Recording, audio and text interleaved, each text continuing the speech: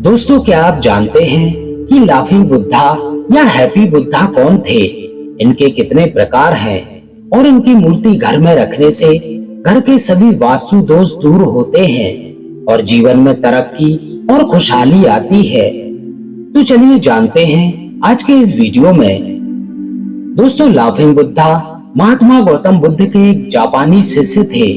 उनका असली नाम होते ही था। जब उन्होंने बुद्ध से शिक्षा प्राप्त कर ली और उन्हें आत्मज्ञान की प्राप्ति हुई तो वे अचानक जोर जोर से हंसने लगे और उन्होंने अपने जीवन का लक्ष्य बना लिया कि वे जहां भी रहेंगे लोगों को हंसाएंगे। लाफिंग बुद्धा ज्यादातर घरों में देखे जाते हैं। एक खिलखिलाता हुआ मोटा संत जिसे देखते ही चेहरे पर मुस्कान आ जाती है। असल में यही तो लाफिंग बुद्धा चाहते थे कि दुनिया का हर इंसान खुश रहे, खिलखिलाता रहे। वह लोगों को हंसाते हुए ज्ञान की ओर ले जाना चाहते थे। वे बताना चाहते थे कि हंसी किसी शक्ति से कम नहीं है और जिसने खुशियां बांटना सीख लिया, तरक्की उसकी झोली में है। दुनिया में बहुत से संत महात्मा हुए हैं जिन्होंने मानव सभ्यता को नई राह दिखाई है। किसी संत ने प्रकृति में ब्रह्म देखा तो किसी ने अपने आसपास के लोगों की सेवा में उसे पाया। किसी ने पहाड़ों की कंदराओं में प्रभु की उपासना की तो किसी ने संगीत के सुरों में ईश्वर को खोजा। ऐसे ही एक संत थे होते ही जिन्होंने हंसी में ईश्वर को पाया और अपने जीवन का लक्ष्य लोगों को हंसाना और खुश देखना बना लिया। सिर पर बिना बाल के मोटे पेट वाले ये संत जहां भी गए अपनी हंसी से लोगों में ऐसी ऊर्जा भरी कि वह आज पूरी दुनिया में खुशी का प्रतीक बन चुके हैं। घर में सभी वास्तु दोष दूर करेंगे ये 12 तरह के लाफिंग बुद्धा। तो आइए जानते हैं इनका महत्व। दोस्तों, घर या भवन निर्माण में वास्तु में यदि कुछ गलतियां हो जाएं, तो लोग ज्योतिष शास्त्र के साथ साथ वास्तु शास्त्र का सहारा लेते हैं। अलग अलग धर्मों में और उनके मान्य देशों में वास्तु को लेकर मान्यताएं भी अलग अलग हैं। चीनी और जापानी लोग बौद्ध धर्म को मानते हैं और उनकी वास्तु विद्या और शास्त्र फेंगशुई नाम से जाना जाता है। आज फेंगशुई विश्व भर में विख्यात है। तो आइए अब जानते हैं 12 तरह के लाफिंग बुद्धा और उनका महत्व। दोस्तों, फेंगशुई में लाफिंग बुद्धा की बहुत मान्यता है।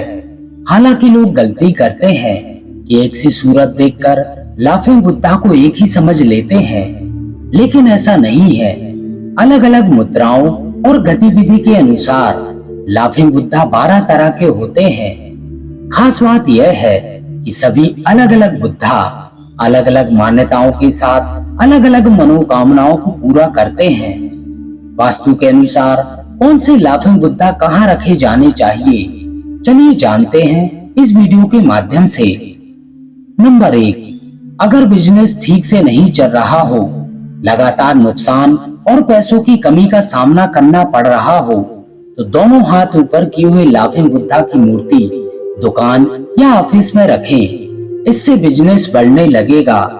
दोनों हाथ ऊपर किए हुए लाफिंग बुद्धा सौभाग्य का प्रतीक है। वह खुशहाली लेकर आते हैं। उनकी मूर्ति से विश्वास में बढ़ोतरी होती है। नंबर 2, धन की पोटली अपने कंधे पर टांगे लाफिंग बुद्धा किसी भी घर या ऑफिस के लिए शुभ माने गए हैं। इन्हें रखने से पैसों से जुड़ी हर परेशानी खत्म होने लगती है और कभी पैसों की तंगी नहीं होती। धन की पोटली धन भंडार का प्रतीक है। ऐसे लाफिंग बुद्धा को घर लेकर आना यानी उनके पीछे पीछे धन संपदा को भी आने का रास्ता दिखाना है। नंबर 3, अगर हर काम में असफलता और दुर्भाग्य का सामना करना पड़ रहा हो, तो घर दुकान में लेटे हुए लाफिंग बुद्धा की मूर्ति रखना बहुत ही शुभ माना जाता है। इससे धीरे धीरे दुर्भाग्य खत्म होने लगता है। लेटे हुए लाफिंग बुद्धा विलासता के प्रतीक है और जीवन में बढ़ रहे कष्टों को दूर करते हैं। उनकी लेटी हुई मुद्रा किसी भी चिंता को दूर करने की ताकत रखती है। नंबर 4, जिस मूर्ति में लाफिंग बुद्धा बच्चों के साथ बैठे दिखाई दें, वह मूर्ति संतान प्राप्ति के लिए बहुत ही शुभ मानी जाती है। इसे पति पत्नी अपने कमरे में रख सकते हैं। बच्चों के साथ बैठे लाफिंग बुद्धा वंश वृद्धि के प्रतीक हैं और जीवन में प्यार बढ़ाने की ताकत भी रखते हैं। दाम्पत्य में मिठास के लिए उनका आशीर्वाद बहुत जरूरी है। नंबर 5, थैली लिए लाफिंग बुद्धा दुकान या ऑफिस के मेन गेट पर रखना चाहिए। इससे आय संपदा बढ़ती है। ध्यान रखें कि लाफिंग बुद्धा के पास जो थैला हो वह खाली ना हो। इस थैले में रखा गया सामान बाहर तक नजर आना चाहिए। इससे घर में सौभाग्य बढ़ता है, दरिद्रता का नाश होता है। नंबर 6, अगर आपको लगता है कि आपके घर में कोई जादू टोना करता है या किसी की बुरी नजर आपके घर के सदस्यों पर पड़ी है, तो आपको ड्रैगन पर बैठे लाफिंग बुद्धा को घर या दुकान में रख देना चाहिए। सभी नकारात्मक प्रभाव खत्म हो जाएंगे। ड्रैगन पर बैठे लाफिंग बुद्धा विजय और सकारात्मकता का प्रतीक है। नंबर 7, ऐसे व्यक्ति जो कभी निर्णय नहीं ले पाते, जिनकी निर्णय क्षमता बहुत कमजोर होती है, वे धातु से बने हंसते हुए बुद्धा की प्रतिमा अपने घर या ऑफिस में रख सकते हैं। इससे आपकी निर्णय क्षमता और अधिक बढ़ जाएगी। यहाँ पर धातु का ठोसपन आपके दृढ़ निश्चय का प्रतीक है। नंबर 8, घर या दुकान में खुशहाली और समृद्धि बढ़ाने के लिए हंसती हुई लाफिंग बुद्धा की प्रतिमा रखनी चाहिए। इन्हें इस तरह से रखें जैसे वे आने वाले मेहमान को देख रहे हैं। हंसते हुए लाफिंग बुद्धा खुशहाली का प्रतीक है। इनके लाने से घर में भी हंसी खुशहाली बनी रहती है। नंबर 9, जिस घर में लाफिंग बुद्धा ध्यान करते हुए दिखाई दे रहे हो, ऐसी मूर्ति रखने से घर दुकान का माहौल शांतिपूर्वक बना रहता है और वहां के लोगों का गुस्सा भी कम होता है। इससे एकाग्रता बढ़ती है।